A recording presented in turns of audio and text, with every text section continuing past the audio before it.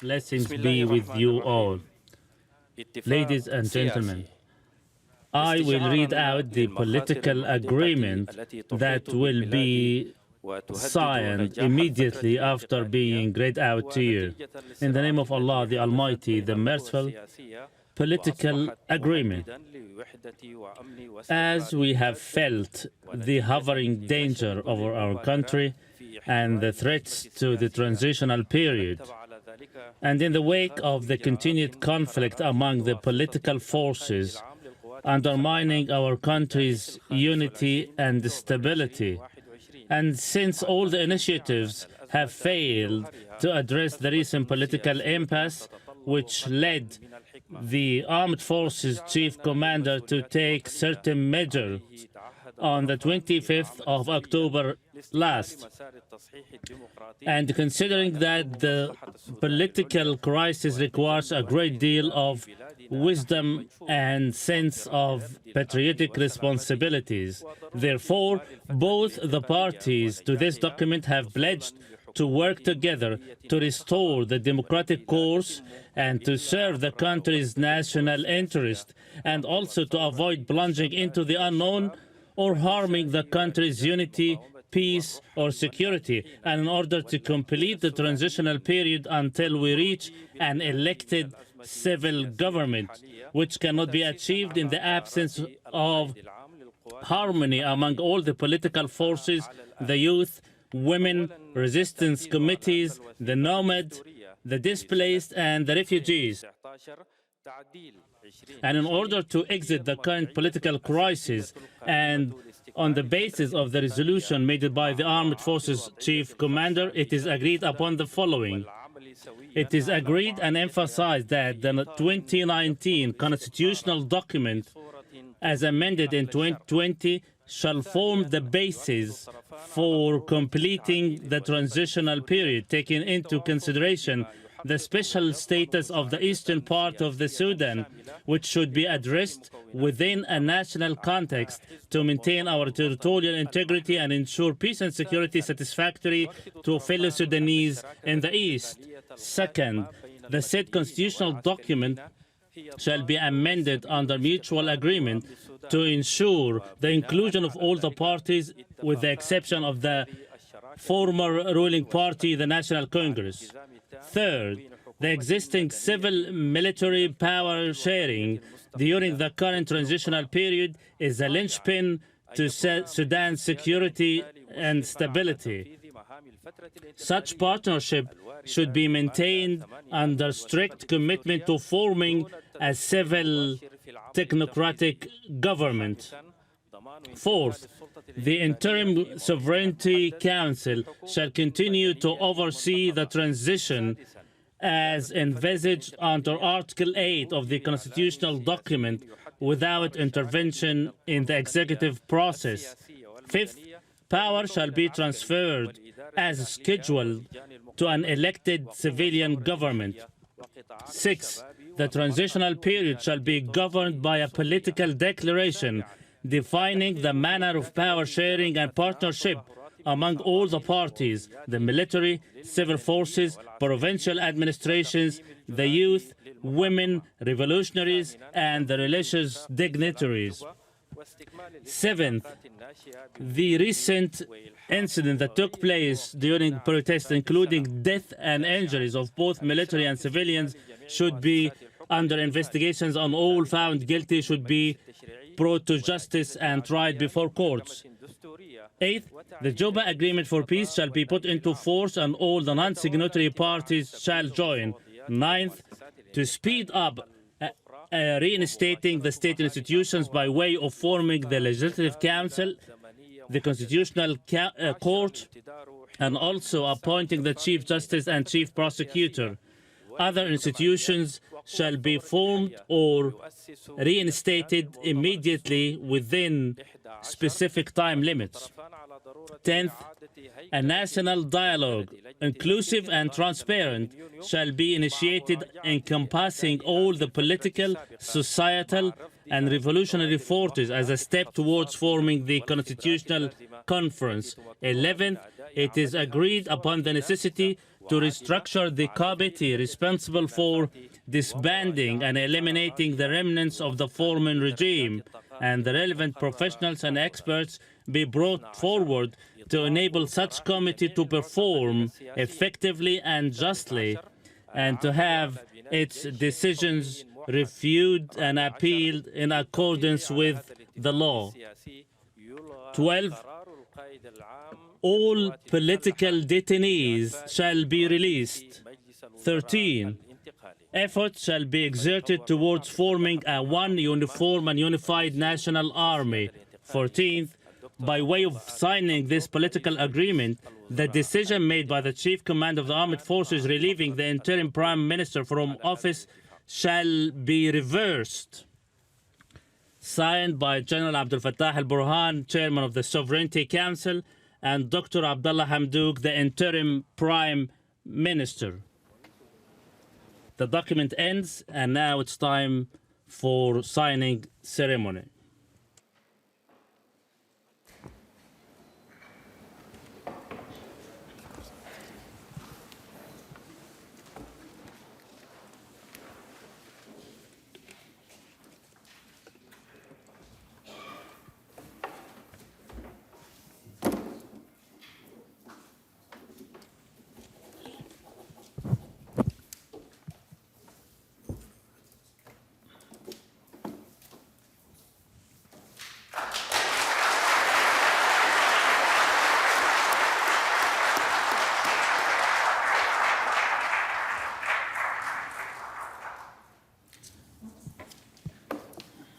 الحضور الكريم، الآن مع كلمة الدكتور عبدالله آدم حمدوك رئيس مجلس الوزراء الانتقالي، فليتفضل مشكورا.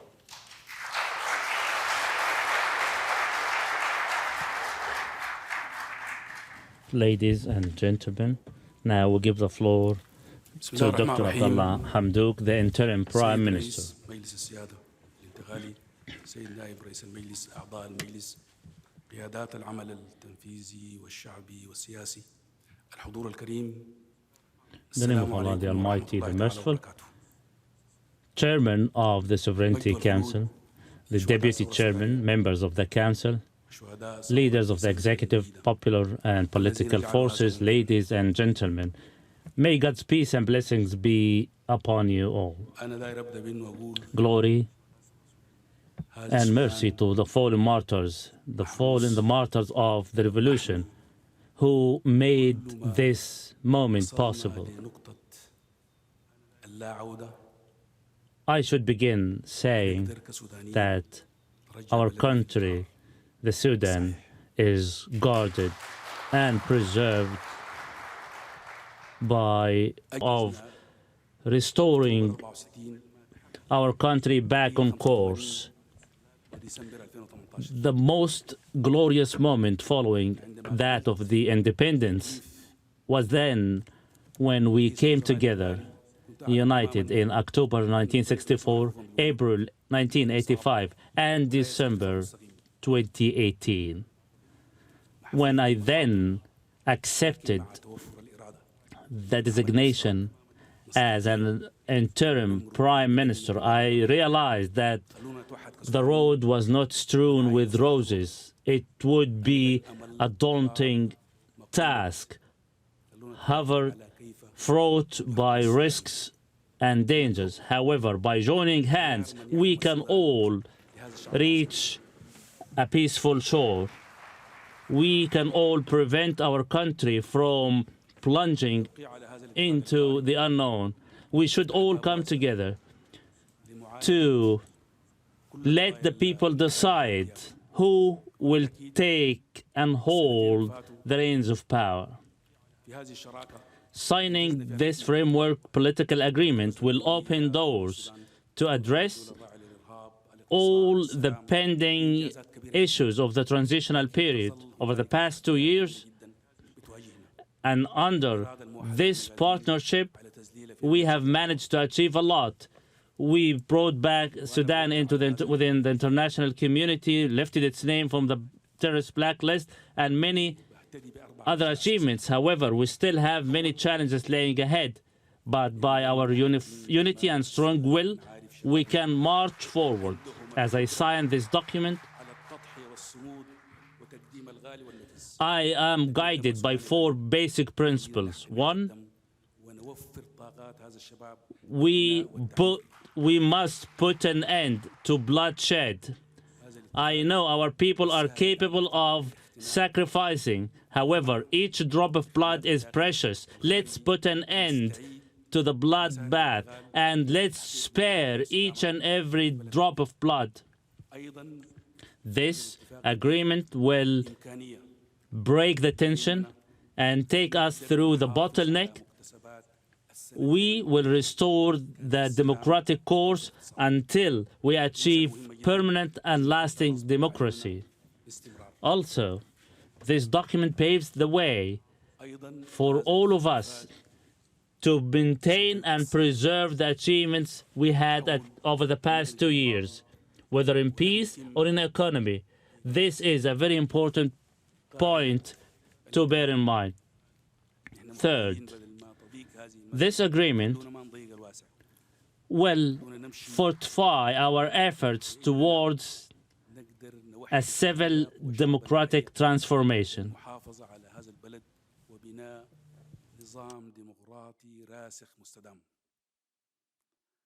مرة أخرى شكرا جزيلا.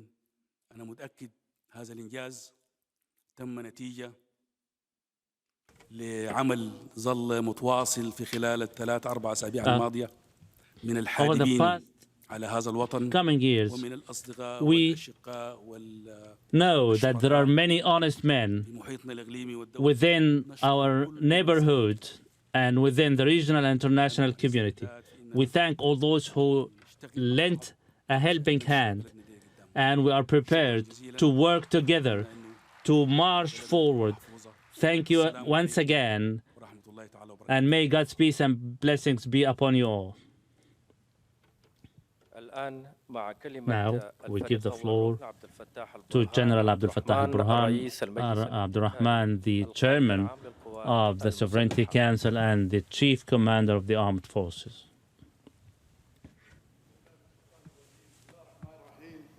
In the name of Allah, the Almighty, the Merciful.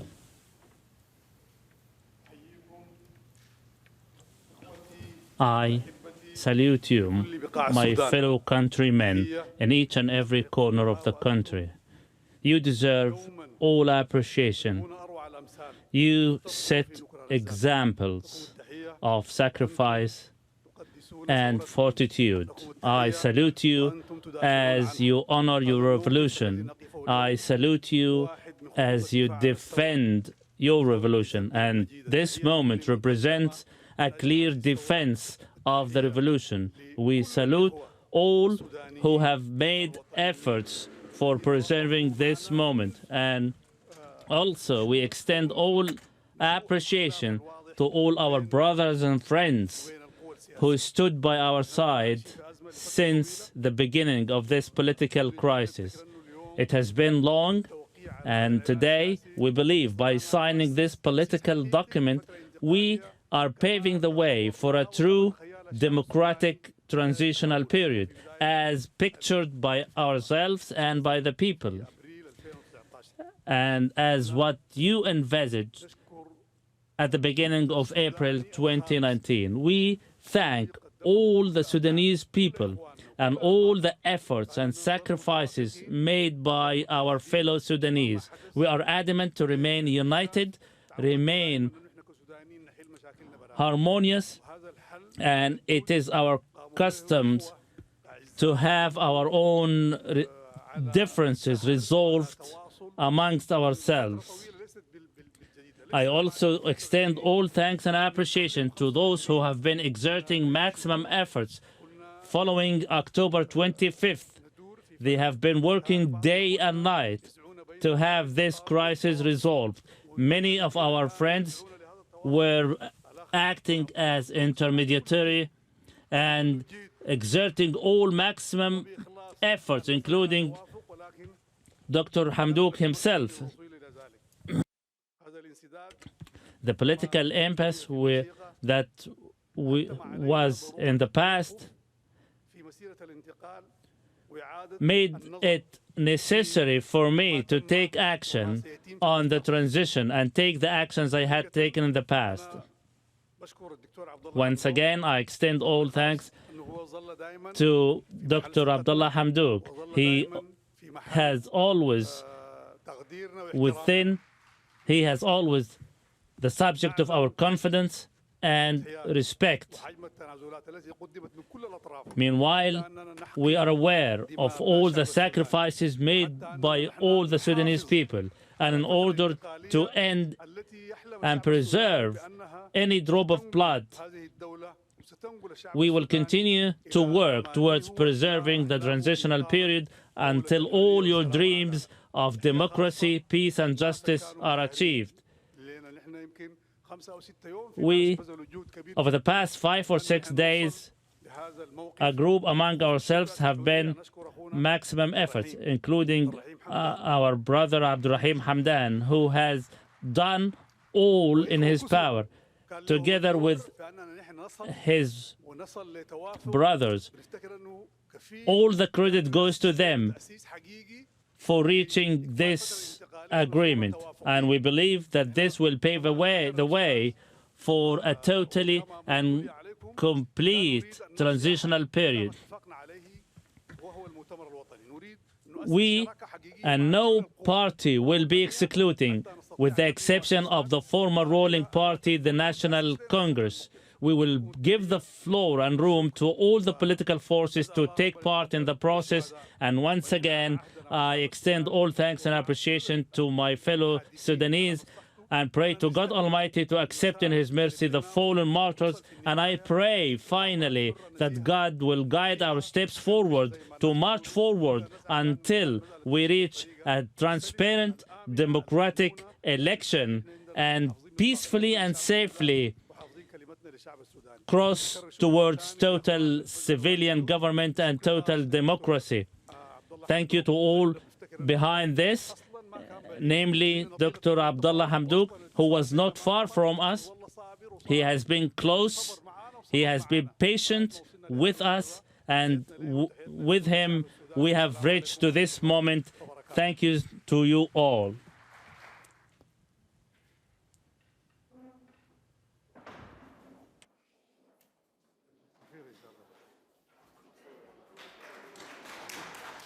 You're watching Al Jazeera. We're in Sudan, where an agreement's just been reached and signed to reinstate deposed leader Abdalla Hamdok as Prime Minister. We've been hearing from General Abdel Fattah al-Burhan, who led the military takeover of the Sovereignty Council, as it was just a few months ago, and saw the ousting of Abdalla Hamdok as Prime Minister just, as I say, a few weeks ago. Prior to that, we heard from Abdalla Hamdok himself, who has been returned as Prime Minister of Sudan.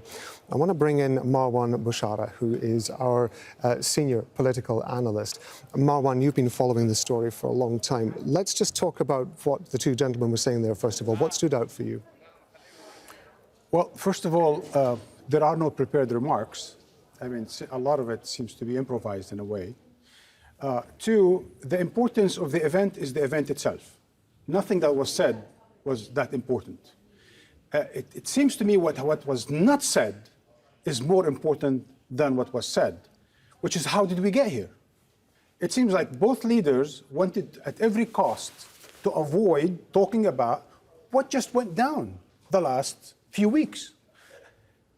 General Burhan, apparently, again, improvising, just said that, well, I had to do what I had to do because there was a political impasse that I need to take care of. Does that really justify a putsch of that nature that we saw? Of course not. There's a bit of surrealism to the event, I must say. Because as you said, following this thing over the past few weeks at least, not to say months and years, clearly the general no longer smug as he was a few weeks ago after the coup, has basically backtracked on everything. How did he backtrack? Why did he backtrack? Under what pressure? Is it the pressure of the street? Is it the pressure of the international community? Is it the pressure of his own allies in the region? Of course, we're not really sure. I can analyze that, but we're not really sure.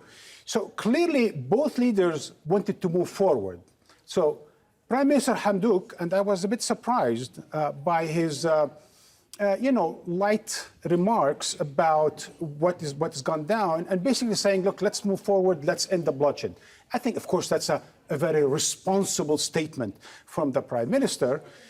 I'm not sure whether the street is listening or will be listening, because clearly, for most people on the street of Sudan, like a lot of us observers, will be asking the question, what guarantees are there that the military are going to respect this agreement? Certainly, they did not respect the last one. Let's talk about the reaction on the streets, because obviously earlier on we were seeing crowds of people. We're being told it was thousands, but we don't know how many thousands. And in comparison to the size of a city like Khartoum, and certainly a country like Sudan, that could make a significant difference. But Abdalla Hamdok said we must put an end to the bloodshed, as you mentioned. Do you think this is going to be enough to satisfy the people who've been out on the streets? Well, look, one of the most important things I have to say about this, as an observer, as an analyst, is that this is a situation in flux. This is an evolving situation. This is an event that is part of a process. We are now in the midst of the process. I do not, from my experience looking at situations like that, I do not believe this is the end of this story. Absolutely not.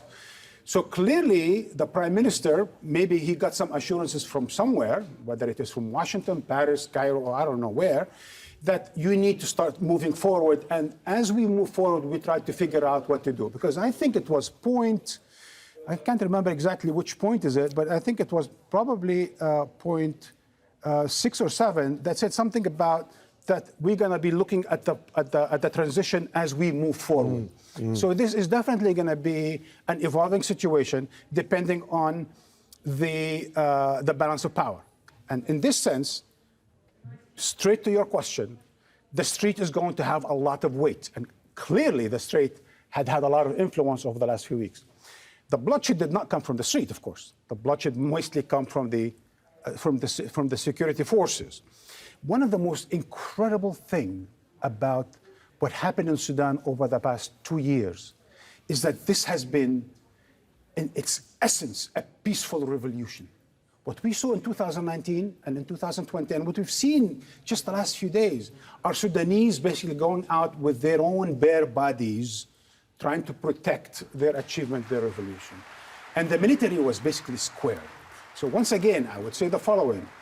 There is a pressure from the street, but there's also, and I must underline that, because it's important to talk about other issues when we underline that, whether when the international community wants to put pressure, the pressure works. When the United States, when Europe, when the African Union put pressure on the military in Sudan, it worked. So when we look at other situations, let's say, I don't know, Tunisia, for example, or other places in the Middle East, clearly international pressure coupled with popular pressure does bear fruit. And the 180 degrees reversal by the general in Sudan is a testimony that nonviolent popular pressure works, that the international community has a role to play, that the likes of the United States that says that we put human rights and democracy at the center of our foreign policy, when they actually deliver on that, there are results, as we've seen today in Khartoum. Marwan, stay with me. I want to speak to Samahir Al-Mubarak. She's a spokeswoman for the Sudanese Professionals Association. I believe she's joining us now on the line from Khartoum. Thank you very much indeed for being with us. I don't know if you had a chance to hear either of the speeches that were being made at the signing ceremony. I just want to ask you what you made of what was going on. Well, for us, any step that's going to keep the military in power, that's going to keep the military having a political role, is totally refused.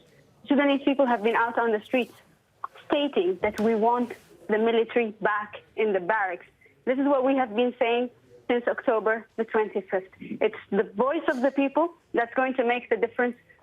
All these agreements and everything that's still going to keep the military in power is for us totally of no regard. We are now out on the streets. There are protests all over Sudan. And for us, this is totally refused.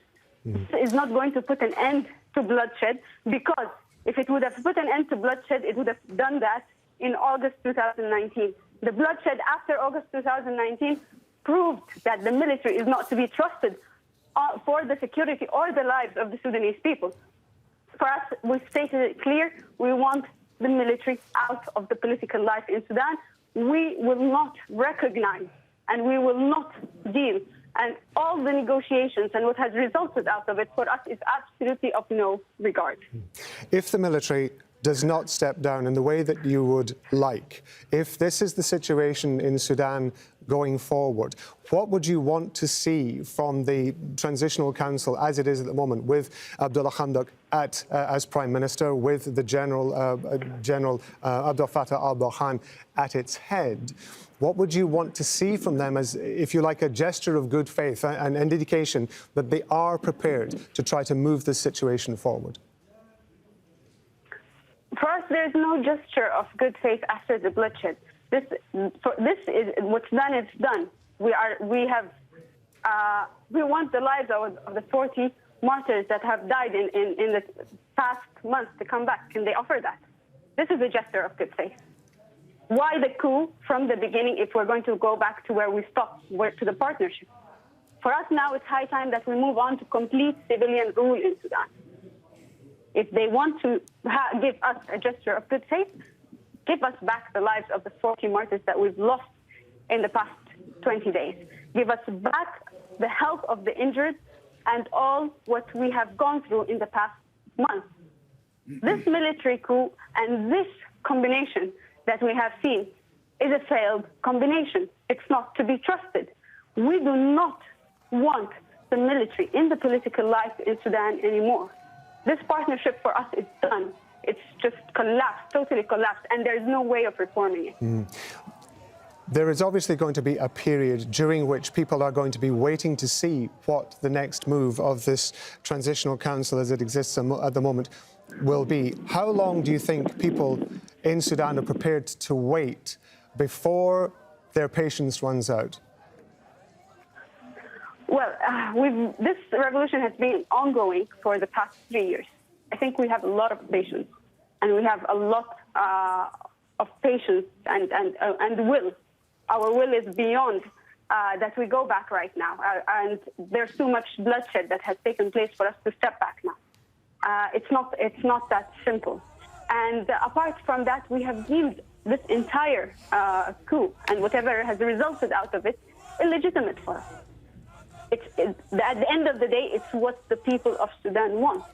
And we have continued this fight, and we will continue this struggle until we realize our complete transition, our complete civilian transition. And we have stated it clear. We went out in 2018 against the dictatorship.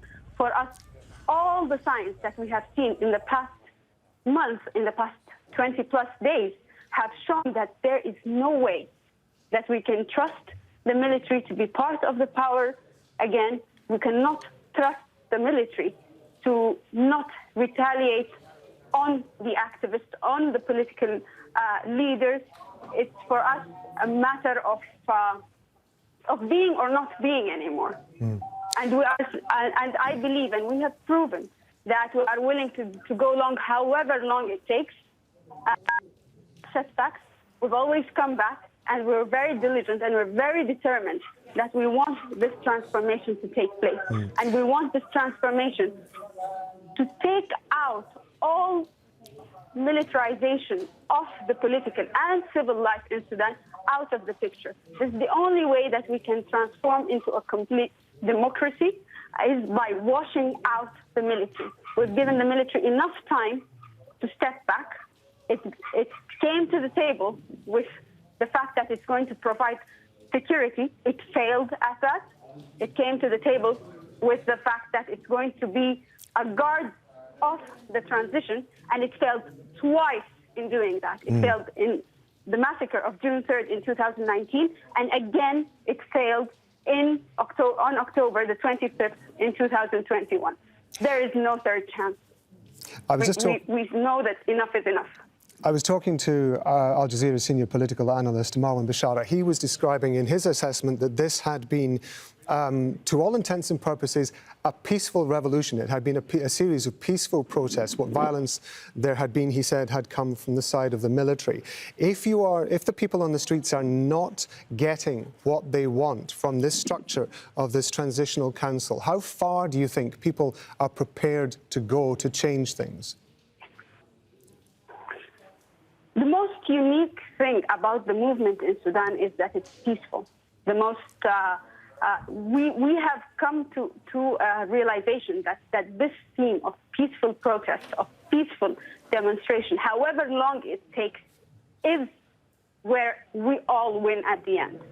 If we slip into violence, we know the cost of violence. We've seen that. We've experienced civil wars before. We've experienced the separation in our country before. And we know how high that cost is.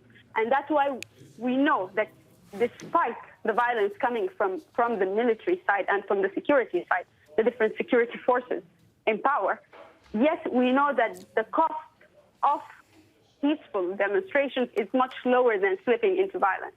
And we are all very well aware of that. And that's the secret ingredient of our continuation and of the stamina of the Sudanese revolution.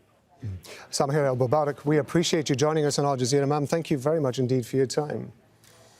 Well, the agreement we've just seen signed comes after weeks of violent scenes in Khartoum and other parts of the country.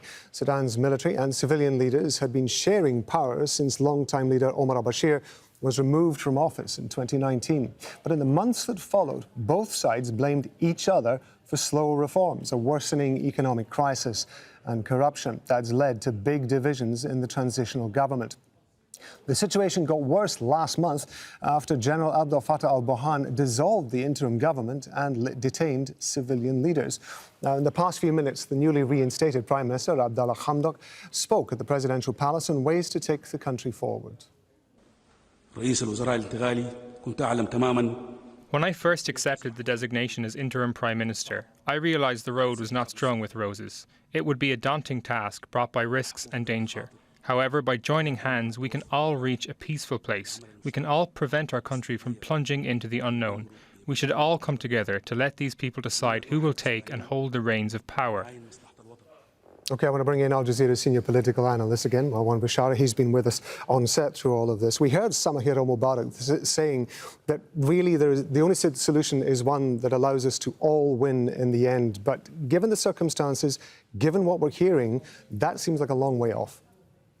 Yes, as I said, we are in a situation that's evolving. We are in a flux. And I don't think what we heard today is the last word. If anything, everything we heard today is so vague that it opens up different doors to different possible scenarios. But clearly now, what we've seen today in the last few days is now the momentum is on the side of the street. The momentum now is on the side of the civilian component of the establishment in Sudan. Clearly, the generals are on the defensive. Otherwise, they wouldn't have done this really embarrassing 180 degrees reversal of their position. Clearly, there is a pressure from the street. Clearly, there's pressure from the international community. Clearly, there is an important, indispensable pressure from the African neighbors, from the African Union. And all of that is important. I just need to underline two issues. One, that the military has been, the military generals in particular I'm talking about, they are part of the old regime. I mean, let's not fool ourselves about that. They broke away from al-Bashir when they realized that there was such a momentum in 2019 that they said they're going to join the civilian forces. Two, generals in this case, they said they are going to make the change and they led the putsch under the name of democracy. No democracy is made through military coup the way we've seen in Sudan. Three, I think it's important to note, to underline even, that the last year or so, it was the military, it was the generals who were in charge on the over the economic policies and decision-making, not the civilian government. So clearly, if there are any troubles in Sudan over the last year, economic and otherwise, it's the responsibility of the military council, not the government. Two, I think what we've seen from the government was some important achievements in breaking out of the international isolation, bringing Sudan back into the fold, and allowing Sudan to get hold of over $2 billion of foreign aid, 700 million of which was frozen when the coup d'etat happened. So clearly the generals are on the defensive. Clearly the generals have been mistaken. Clearly the generals, in their assessment that this could go through, if they could only maintain power for a few days and change some of the decor in the Sovereignty Council, that everything will be okay. Everything is not okay. As we've heard from the activists in Khartoum, and that's very important, that after 10, 11 years of Arab uprisings, Arab revolutions, so on and so forth, clearly the example of Sudan is turning out to be an example to follow, in the sense that people power, peaceful, on the street, more pressure and more pressure and more pressure, and try to bring as many parties together as possible in building coalition is the way forward, not only in Sudan, but in the region in general. Well, just bear with me for a second, because I want to talk to Resal Serdar. He's talking to us live now from Khartoum at the presidential palace where that signing took place. Resal, what kind of atmosphere was there when the signing was taking place? And tell us who was there, but perhaps more importantly, who was not there? Well, the atmosphere was quite tense here, and even symbolically, you can see that there were 3 men just sitting in front of the camera to sign a new agreement, and 2 of them are the members of the military, and even we can say one of them member of the military, and the other one is the head of a strong paramilitary group in Sudan, which is called the Rapid Support Forces, Mr. Hemeti himself. So we can see that the balance of this new agreement is quite in favor of the military, and that is heavily affected and dominated by the military. And we could see that in today, Mr. Hamdok was not quite happy about it, but it was rather a step that taken based on the feeling of the responsibility. And also during Mr. Abdel Fattah al-Burhan's speech, also we have seen that he has thanked Mr. Hamdok several times, and underlining that he did that great achievement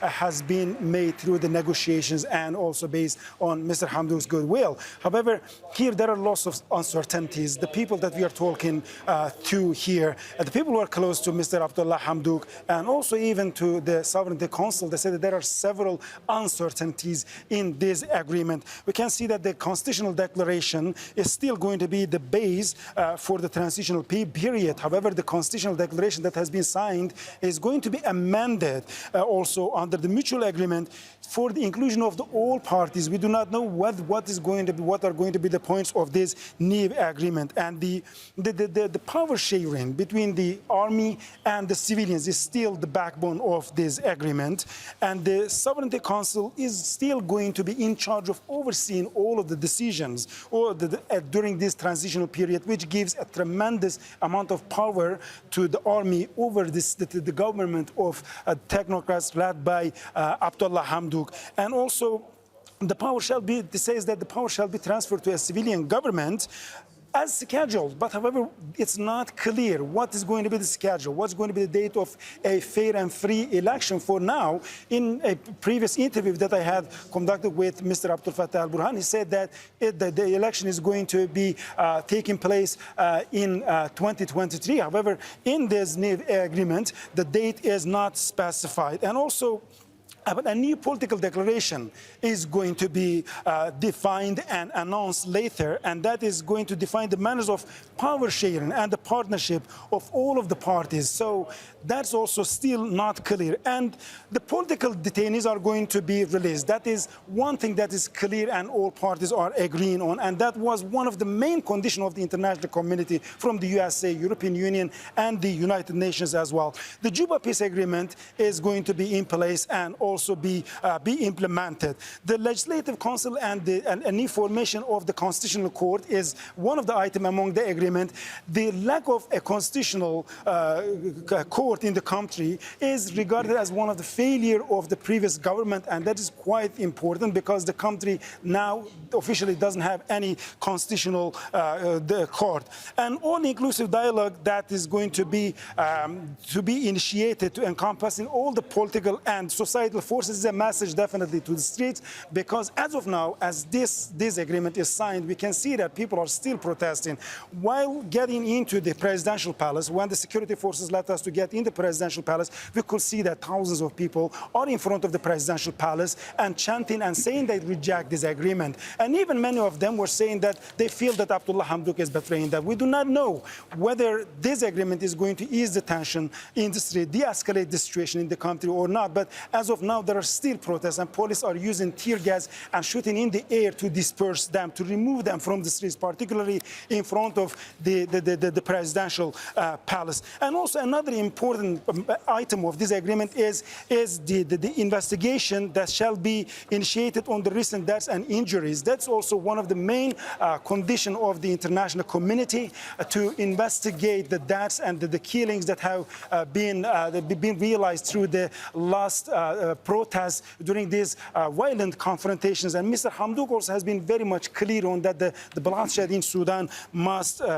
stop. And also forming a new dismantling body also is going to be important, like reshaping and reformatting. That also is going to be quite important, because the dismantling committee has been formed to remove the elements of the previous regimes from the system. And now there will be some amendments in that as well. And the fear are that this new committee, appointed members being appointed by General Abdel Fattah al-Burhan, could bring back the old regime's elements as well.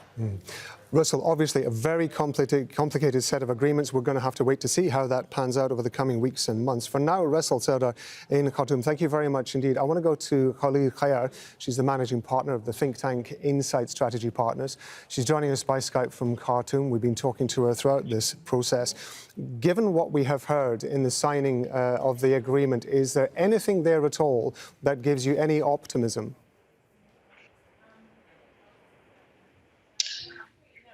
It's tough to say at the moment. This does seem like a massive compromise. And we know, of course, that the Prime Minister is a compromiser. And they have managed to isolate him during his house arrest from his political incubator, but also from the street. And so I'm dismayed, but not surprised that he was sort of pushed into this position. I mean, looking at the footage from the signing today, he did seem to be still very much the hostage that he was until this morning. The street has not been happy. I think that's and it continues to show its dismay at any sort of power sharing agreement between the civilians and the military, because indeed that was what they called for. It wasn't merely about the release of Hamdok and the release of political prisoners. It was a much more, it was a much larger conversation about what Sudan's political future looks like. And frankly, it's not this. And so, you know, we've seen several terms of this agreement being brought out, but there are still some questions. For example, the Sovereign Council that was set up after the coup, there was very little mention of the contents of that Sovereign Council. It has been filled by members of the NCP regime and Islamists of other shades. And there's nothing yet to indicate what will happen to those members. So there are still lots of questions that need to be answered. Khalil Khayar, we appreciate you being with us at Al Jazeera throughout all this, but for now, thank you very much indeed. Marwan Bashara, Al Jazeera's senior political analyst. A final word from you. It seems as though we're entering into a waiting phase now. And the question is, as we were talking about earlier, how long the patience of the people in Sudan is going to last? Well, judging from the past 2 years, it's clear that they are patient. And clearly what we hear from reports on the ground is that they are willing to really, wait it out, if you will. But I think also the military is more than capable of waiting everything out, as we know in the region. But now what we're talking about is not the removal of the military. What we're talking about, the generals in politics. How far can they go? How much of an influence should they have? And here, and I just want to sort of take what our correspondent said in Khartoum, because I think what he said is very important. But I think there are two ways of looking at what you saw today. One is take a still picture of it. If you take a still picture, you'll see 2 generals and 1 civilian. The general is very confident still, as is, and the prime minister is the civilian is a bit shaken, right? So if you take that still picture and you listen to what they said, clearly the military still have the upper hand. But if you look at the video, if you look at more of a moving event, you'll see that the prime minister was under house arrest just a few days ago, that there was a coup d'etat, that they thought they're going to get away with it, that they were remaking the council and they were going to make a new government. And suddenly, things switched. So if you look at the movement, not just at the still picture, you will see that perhaps the military is still smug about certain things, but clearly the momentum is not moving in their direction, especially if the international pressure continues and if the street pressure continues as well. Because at the end of the day, the last month has been a total fiasco for the military. Why? Because they did what they did, and suddenly they had to do 180 degrees return. That doesn't mean that the prime minister is suddenly the ruler of the land, but what it means is that there is a momentum suddenly not in favor of the generals, but rather in the favor of the street. But as you said, we will see where will this take us, because there are a number of dynamics at play here. There's the military, there's the street, there is the neighbors and the African Union, and there's the international community. Marwan Bashara, Al Jazeera's senior political analyst, as always. Marwan, thank you very much indeed. We've been in Sudan. An agreement's just been reached and signed to reinstate Abdalla Hamdok as the new prime minister, or the returning prime minister of Sudan. He was ousted nearly a month ago when the military seized power, and that led to weeks of protests and unrest across the nation.